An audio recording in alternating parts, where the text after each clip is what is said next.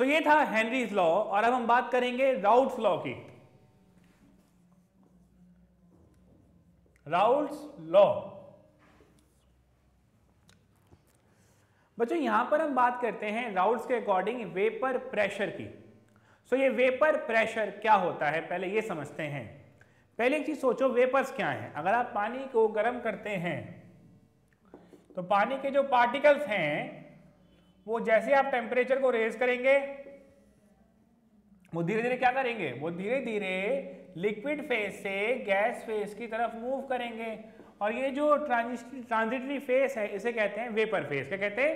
Vapour phase. तो अब सोचो वेपर प्रेशर क्या होगा। The pressure exerted by vapours on the walls of the container. ध्यान से सुनना, pressure exerted by the vapours on the walls of the container but at equilibrium. मतलब when the rate of evaporation is equal to rate of condensation, तभी equilibrium होगा, और जब equilibrium होगा उस टाइम का जो प्रेशर है वो वेपर प्रेशर होगा। अब आप एक चीज समझिए, अगर मैं यहां पर एक नॉन वॉलेटाइल लिक्विड या सॉल्यूट डालता हूं, अब ये नॉन वॉलेटाइल का मतलब क्या है बच्चों? वॉलेटाइल जो वेपर बनाए, नॉन वॉलेटाइल जो वेपर ना बनाए।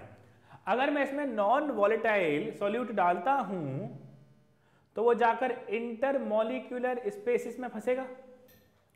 एक चीज समझो, एक रूम में अगर 10 लोग बैठे हैं, बड़ा रूम है, 10 लोग बैठे हैं, और अचानक से अर्थक्वेक आ जाए और वो भागने लगे, पहली सिचुएशन। और अब उसी रूम में उतनी ही जगह में 100 लोग बैठे हैं और अब अर्थक्वेक आ जाए, तो सोचो पहले केस में निकल के भागना आसान था कि सेकंड केस में?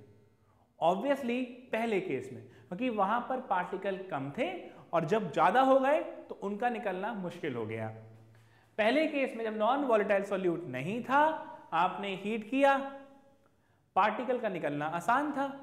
ठीक है, तो सपोज कीजिए यहां पर 100 डिग्री पर ये जो पार्टिकल निकल रहे हैं उनका टोटल वेपर प्रेशर आ गया 1 एटमॉस्फेरिक। ठीक है, और जब आपने नॉन वॉलेटाइल सॉल्यूट डाल दिया तो वो इंटरमॉलिक्यूलर स्पेसिस में फंसेगा। तो अब 100 डिग्री पर हीट करने पर, क्योंकि अब पार्टिकल का निकलना मुश्किल हो रहा है, तो अब 100 डिग्री पर हीट करने पर कम पार्टिकल निकलेंगे। जब कम पार्टिकल निकलेंगे तो वेपर प्रेशर भी कम हो जाएगा। कोई प्रॉब्लम इसके अंदर? तो इसका मतलब अब 100 डिग्री पर हो सकता है 0.6 एटमॉस्फेरिक या 0.8 एटमॉस्फेरिक तक ही प्रेशर पहुंचे, क्योंकि वेपर अब कम निकल रहे हैं, और अगर कम वेपर निकल रहे तो प्रेशर भी कम हो जाएगा। कोई प्रॉब्लम इसके अंदर? सो हम बच्चों यहां पर एक बात कर रहे थे वेपर प्रेशर की। तो आपने देखा किस तरह एक नॉन वॉलेटाइल सॉल्यूट डालने से जो इसका प्योर वेपर प्रेशर था, प्योर यानी जब नॉन वॉलेटाइल सॉल्यूट नहीं था, आपने जब आपने नॉन वॉलेटाइल सॉल्यूट डाला तो वेपर प्रेशर कम होने लगा। तो इसका मतलब क्या, जितना हम डालते जाएंगे उतना ही वेपर प्रेशर कम होता जाएगा। अब जरा ध्यान से समझना situation. Vapour pressure of A solution will be the product of its pure vapor pressure into the mole fraction of the first component। बच्चों ये तो कांस्टेंट है। सपोज एक चीज सोचो, आप डेली लंच में 4 to 5 चपातीस लेते हो, आज आप थोड़ी सी बिरयानी भी ले रहे हो, तो बच्चों जितना आप बिरयानी को बढ़ाओगे उतना रोटी कम करनी पड़ेगी, क्योंकि आपकी एक्चुअल भूख या आपका जो इतना आप खा सकते हो वो तो कांस्टेंट है। इसी चीज को आप यहां देखो, इसको हम ऐसे भी देख सकते हैं, भाई ये तो कांस्टेंट है, सॉल्यूशन का जो वेपर प्रेशर हो सकता है वो तो एक लिमिट तक ही जा सकता है। तो this is suppose 24 is 6 into 4। अगर मैं इसको बढ़ाता हूं, मान लीजिए मैं इसको 6 कर दूंगा, तो ये कितना हो जाएगा 4, यानी जैसे जैसे मोल फ्रैक्शन बढ़ता जा रहा है वैसे वैसे प्योर वेपर प्रेशर कम होता जा रहा है। कोई प्रॉब्लम इसके अंदर? बहुत ईजी है समझने के लिए। ठीक है, तो राउल्ट्स भैया ने यही बात कह दी कि vapour pressure of the solution will be the product of pure vapour pressure into में mole fraction of the first component. Clear यहां तक? This is Raoult's law. अब जरा एक बार गौर से समझो, हेनरी ने कहा कि प्रेशर जो है वही मोल फ्रैक्शन को डिफाइन करेगा, तो प्रेशर जितना लगाओगे उतना मोल फ्रैक्शन डिसॉल्व हो जाएगा। तो एक चीज सोचो, प्रेशर KHX, प्रेशर P0A(x), ये भी कांस्टेंट, ये भी लगभग कांस्टेंट। तो बच्चों ये दोनों चीज सेम नहीं हो गई, तो एक्चुअली राउल्ट्स लॉ कुछ नहीं है, just a special case of Henry's law है। दोनों ने सेम सी बात कर दी जी। चलो जी कोई बात नहीं, मान लेते हैं जी इनकी भी। आगे देखते हैं बच्चों। अब देखो ये राउल्ट्स लॉ था, ठीक है। अगर मैं इस टर्म को नीचे ले जाऊं, P0A ये बन जाएगा। अब जरा इसको ध्यान रखो, एक बहुत छोटी सी बात है, टोटल मोल फ्रैक्शन सारे कंपोनेंट का मिलाकर कितना होगा? 1। मैक्सिमम कितना मानोगे? 1 भाई किसी का, जैसे हम कहते हैं ना 20%, 30%, 40%, तो बेसिकली पूरा टोटल क्या होता है? 100%। तो ऐसे ही 100 को अगर 1 मान लें तो 0.2, 0.4 ऐसे लेंगे, तो ओवरऑल क्या हो जाएगा? 1। तो हम एक चीज ले लेते हैं, इसको 1 में से माइनस करके देखते हैं, 1 माइनस x से। अब बच्चों एक कमाल की बात सोचो, x से क्या होता है? Na/Na प्लस NB, और XB क्या होता है? NB/Na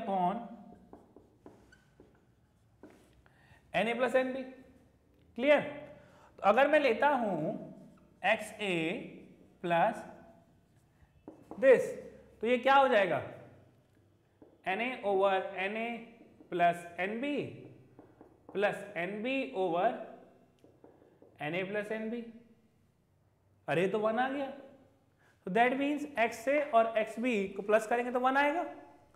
तो अगर मैं इसी चीज को यहां पर अप्लाई करके देखूं, देखो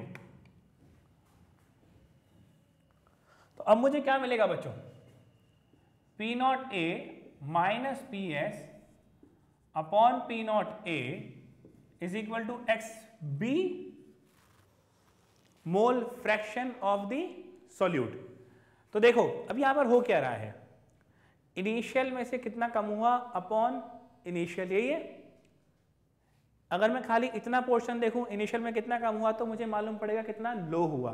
this is lowering of vapour pressure, और उसको मैंने इनिशियल से डिवाइड करके देखा तो मुझे क्या मिलेगा? एक्चुअली रेशो, यानी relative lowering of vapour pressure, और वो किसके इक्वल है? मोल फ्रैक्शन ऑफ सॉल्यूट के। तो actually this is known as relative lowering of vapor pressure। अच्छा बच्चों गौर से देखो, ये जो प्रॉपर्टी है ये मोल फ्रैक्शन ऑफ सॉल्यूट पे डिपेंड कर रही है। तो अब हम एक ऐसी चीज पढ़ने जा रहे हैं, पहले ही ध्यान से देखो, जिन्हें कहा जाता है कॉलिगेटिव प्रॉपर्टीज। क्या कहा जाता है बच्चों इन्हें? Colligative properties. And actually these are the properties which depend